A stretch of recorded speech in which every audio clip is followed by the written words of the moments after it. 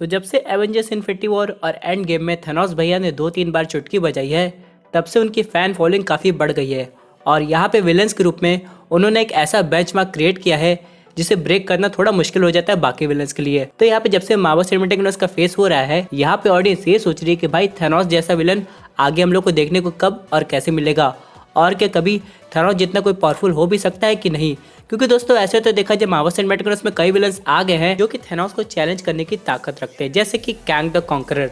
लेकिन इन सब के अलावा ऑडियंस एक ऐसे विलन का इंतजार कर रही है जिसका सामना करने के लिए न सिर्फ एवेंजर्स आए बल्कि फैंटास्टिक फोर और म्यूटेंट्स भी आ जाए। वो और कोई नहीं दोस्तों बल्कि है गैलेक्टस।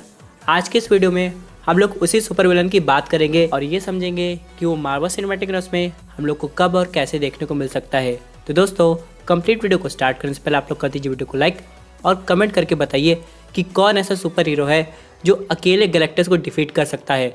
साथ ही साथ जो लोग मेरे चैनल पर नया है चैनल को सब्सक्राइब करके हमारी कॉमिक बुक टॉक्स फैमिली का हिस्सा बन जाइए। तो दोस्तों हम लोग शुरुआत करते हैं बिल्कुल नए अपडेट से। अब सबसे पहले हम लोग ये समझ लेते हैं, भले Kang the conqueror already Marvel cinematic universe में आ गया है, लेकिन उससे हट के कोई ऑडियंस को विलन चाहिए होगा जो कि आगे जाके हम लोग को एवेंजर 5 जैसी मूवी में दिखाई दे, और उसके लिए गैलेक्टस बिल्कुल सही बैठता है। लेकिन यहाँ पे सिर्फ बैठाने से काम नहीं चलेगा, उसे लाना पड़ेगा।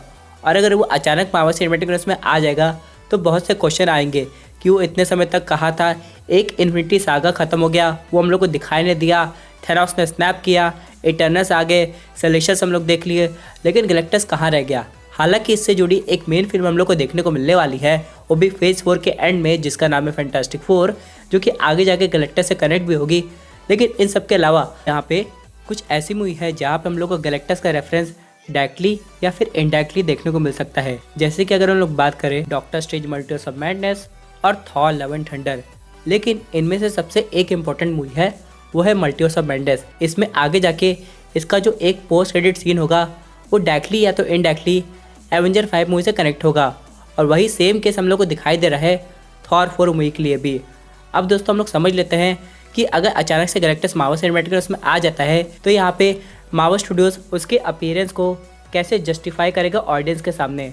तो चलिए हम लोग समझ लेते हैं। अब दोस्तों आप लोग गैलेक्टस को जानते हैं ना, जब वो कोई प्लैनेट कंज्यूम करता है तो कई 1000 ईयर्स तक वो सोता रहता है, और यहाँ पे उसकी नींद तभी इंटरप्ट होती है या फिर खुलती है जब उसे या तो भूख लगती है या फिर यूनिवर्स में कुछ ऐसे इंसिडेंट होते हैं जिसकी वजह से वो अचानक से उठ जाए, यानी कि उसकी नींद टूट जाए और वो गुस्से में आ जाए। और जब लोगों ने एवेंजर्स इन्फिनिटी वॉर देखी थी और यहाँ तक कि एवेंजर्स एंड गेम भी देख ली थी, तो लोगों को लगा था जब थेनोस स्नैप किया होगा तो यहाँ पे एक एनर्जी वेव आई होगी जिसकी वजह से गैलेक्टस की नींद खुल गई होगी। लेकिन अभी तक तो हम लोग को ऐसा कुछ देखने को नहीं मिला। उसके बाद दोस्तों हम लोग ने इटर्नल्स देखी और इटर्नल्स में हम लोग को सेलेशियल दिखाई दिए, लेकिन उसके बाद भी अभी तक गैलेक्टस का कोई हिट देखने को नहीं मिला। और कहा तो ये भी जा रहा है कि इटर्नल्स 2 में हम लोग को वाकई में गैलेक्टस देखने को मिल सकता है, लेकिन वो मूवी आने में भी काफ़ी टाइम है क्योंकि वो तो अभी तक अनाउंस नहीं हुई है। लेकिन उस मूवी में कुछ ऐसे इवेंट्स हुए हैं तो हम लोग को लग रहा है कि गैलेक्टस तो आके रहेगा। तो कि आप लोग को पता होगा ना कि जो हम लोग की अर्थ है उसके अंदर से एक सेलेशियल बाहर आने वाला था, लेकिन इटर्नल्स ने उनके इमरजेंस को रोक दिया था। अब यहाँ पे हो सकता है एरिशियम को ये बात पसंद नहीं आई होगी, वो गैलेक्टस को जानबूझ के जगाया ताकि वो अर्थ को जाके कंज्यूम कर ले। और बहुत लोग का ये भी मानना है जो सेलेशियल जिसे इटर्नल्स से खत्म किया है वो मरा नहीं है बल्कि अभी भी जिंदा है, एक तरीके से लंबे टाइम तक अनकॉन्शियस हो गया है। तो अगर यहाँ पे गैलेक्टस आके वो प्लैनेट कंज्यूम कर लेता है, उससे वो जो सोया हुआ सेलेशियल है वो वापस जाग जाएगा। अब दोस्तों सेलेशियल इतने खतरनाक भी हो सकते हैं कि गैलेक्टस को भेज दे क्योंकि इटर्नल्स ने उनकी बात नहीं मानी है।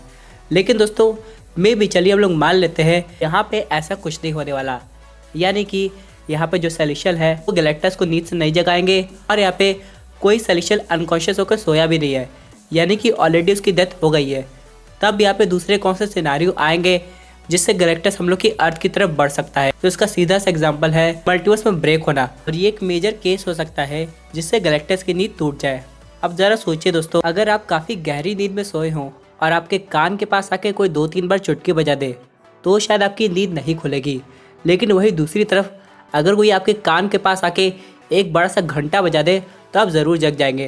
तो जो घंटा बजने वाला इवेंट है वही है मल्टीवर्स का ब्रेक होना, जिससे हो सकता है गैलेक्टस की नींद खुल गई हो और वो काफ़ी गुस्से में आ गया हो। हालांकि ये जो इवेंट्स हुए हैं वो हम लोग की अर्थ से ही शुरू हुए हैं, तो सीधे वो हम लोग की अर्थ को ही कंज्यूम करने आ जाएगा। और दोस्तों यही वो एपिक मोमेंट होगा जब जितने भी एवेंजर्स होंगे सबको असेंबल होना पड़ेगा, लेकिन इन सब के अलावा चलिए जान लेते हैं कि कौन से सुपर हीरो का की रोल होगा एवेंजर 5 मूवी में।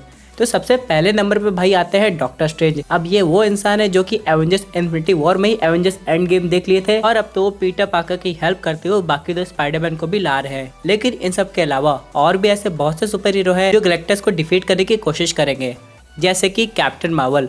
अब दोस्तों आप लोग तो जानते हैं कि कैप्टन मार्वल के पास भी एक तरीके की कॉस्मिक एनर्जी है, यहाँ पे वो भी लोगों की हेल्प कर सकती है।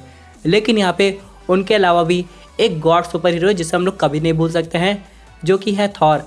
अब ये हम लोग को थॉर 4 लव एंड थंडर में पता चलेगा कि इसकी जो पावर का लेवल है वो कितना बढ़ गया है।